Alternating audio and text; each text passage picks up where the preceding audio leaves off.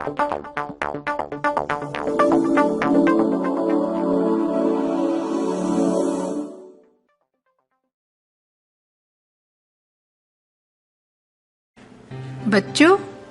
आज व्याकरण में कारक के बारे में जानेंगे। कारक की परिभाषा इस तरह से है: संज्ञा या स्वरनाम के जिस रूप से उसका सीधा संबंध क्रिया के साथ ज्ञात हो वह कारक कहलाता है।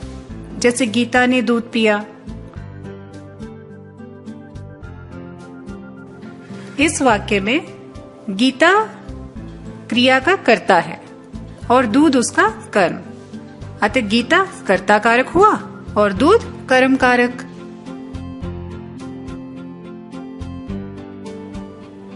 कारक के कुछ विभक्ति चिन्ह होते हैं। संज्ञा अथवा स्वरनाम शब्दों के बाद ने, को, से, के लिए आदि जो चिन्ह हैं कारक विभक्ति कहलाते हैं। हिंदी में 8 तरह के कारक होते हैं। उन्हें विभक्ति चिन्हों सहित इस तरह से देखा जा सकता है।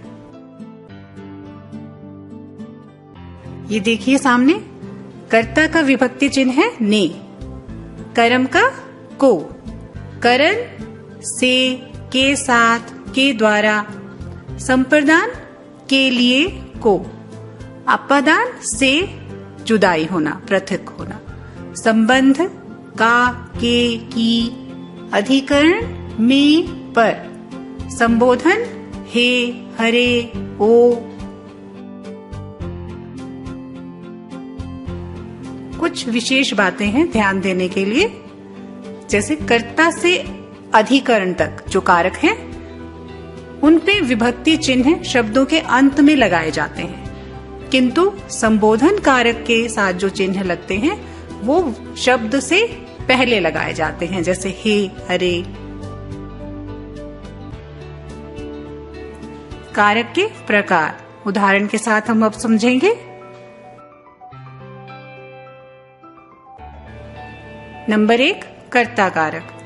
जिस रूप से क्रिया के करने वाले का बोध होता है वह कर्ता कारक कहलाता है। इसका विभक्ति चिन्ह ने है। इस ने चिन्ह का वर्तमान और भविष्य काल में प्रयोग नहीं होता है। इसका सकर्मक धातुओं के साथ भूतकाल में प्रयोग होता है। जैसे राम ने रावण को मारा, इसमें ने जो कारक है वो कर्ता कारक है। कुछ और विशेष बातें देखिए। भूतकाल में अकर्मक क्रिया के साथ भी जो ने चिन्ह है वो नहीं लगता है। वर्तमान और भविष्य की सकर्मक क्रिया के कर्ता के साथ ने चिन्ह का प्रयोग नहीं होता है। और नंबर 3 में देखिए, कभी कभी कर्ता के साथ को तथा स का प्रयोग भी किया जाता है। नंबर 2 है कर्म कारक। क्रिया के कार्य का फल जिस पर पड़ता है वह कर्म कारक कहलाता है। इसका विभक्ति चिन्ह को है। यह चिन्ह भी बहुत से स्थानों पर नहीं लगता है। भूतकाल में अकर्मक क्रिया के कर्ता के साथ भी ने चिन्ह नहीं लगता है। जैसे वह हंसा। वर्तमान काल व भविष्य काल की सकर्मक क्रिया के कर्ता के साथ ने परसक का प्रयोग नहीं होता है। जैसे वह फल खाता है या वह फल खाएगा।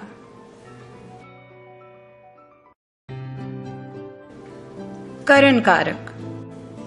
संज्ञा आदि शब्दों के जिस रूप से क्रिया के करने के साधन का बोध हो वह करण कारक कहलाता है।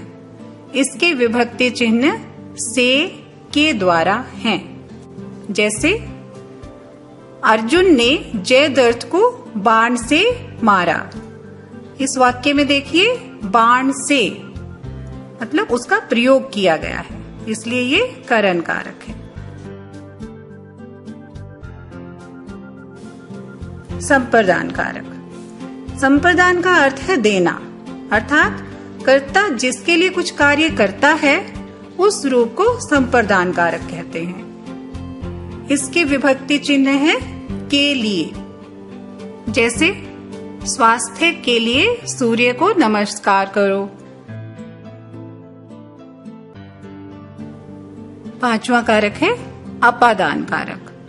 संज्ञा के जिस रूप से एक वस्तु का दूसरी से अलग होना पाया जाए वह अपादान कारक कहलाता है।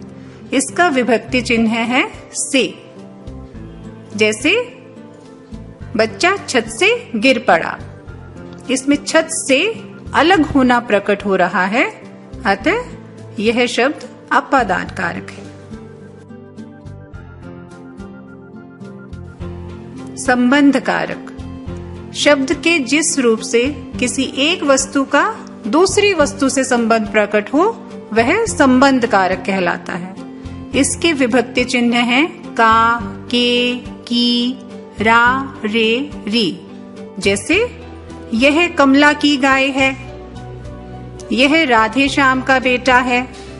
इन वाक्यों में गाय से संबंध प्रकट हो रहा है, राधे श्याम से संबंध प्रकट हो रहा है, इसलिए इन्हें संबंध कारक कहते हैं। अधिकरण कारक। जिस शब्द से क्रिया के आधार का बोध होता है उसे अधिकरण कारक कहते हैं। उसे विभक्ति चिन्ह में कैसे प्रकट करेंगे? में, पर।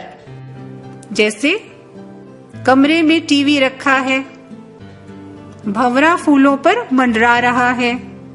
इसमें फूलों पर, कमरे में अधिकरण कारक है। संबोधन कारक।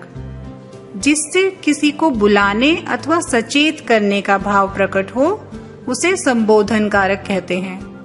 संबोधन चिन्ह इस तरह से लगाया जाता है।